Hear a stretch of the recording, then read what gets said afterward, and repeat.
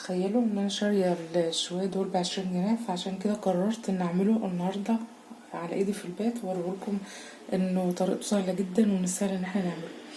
هنعمل مع بعض الجليسرين.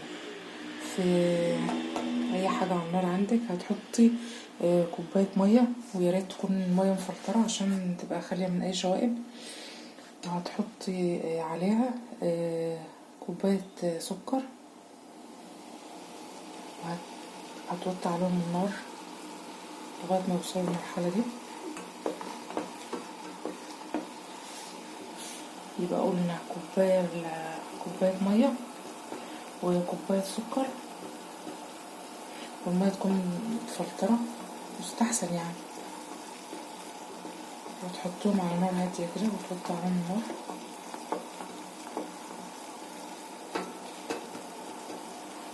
بعد كده نزرع لهم معلقه ملح ليمون،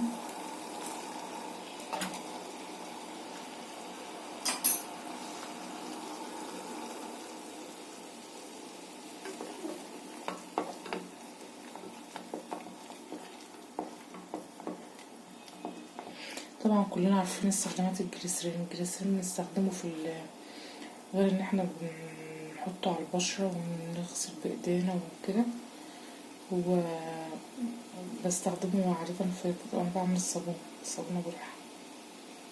لسه موصلش المرحلة اللي انا عايزاها، هنسيبه شوية كمان.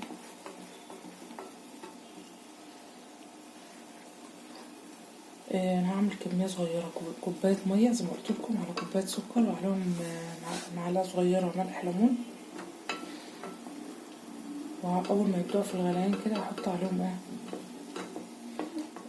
لما يوصلوا لمرحله اللزوجه اللي انا عايزاها هنزل عليهم بنص كوبايه خل، ومعلقه زيت جونسون او زيت زيتون لو عندك.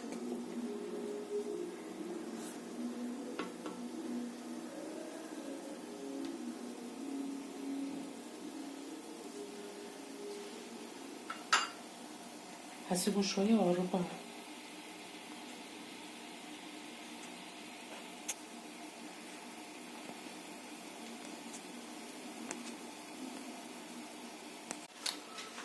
خلاص السكر والميه وملح الليمون وصلوا للمرحله اللي احنا عايزينها.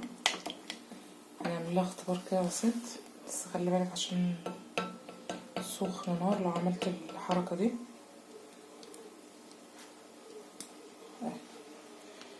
بتعملي كده بصوابعك بيلزقوا خالص، يبقى كده خلاص الميه والسكر وصلوا للمرحله اللي احنا عايزينها خلاص. في اللحظه دي بقى هنحط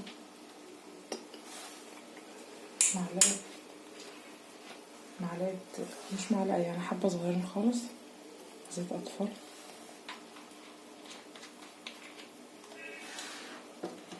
وهننزل بالخل.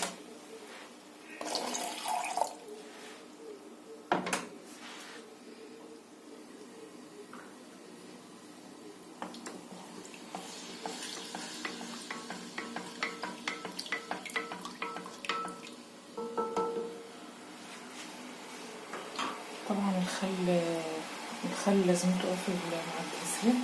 الخل بيطهر الميه من اي حاجه فيها، فبيخلي السكر كمان يفصل.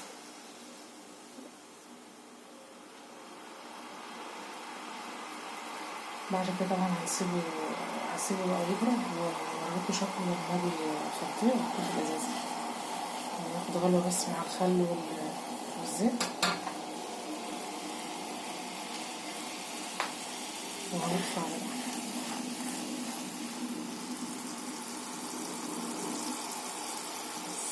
هسيبه يبرد واوريكم شكله لما يبرد ان شاء الله. انا بفضيه. ده شكل الجليسرين بعد ما خلص، بعد ما برد. قوامه جميل قوي اهو.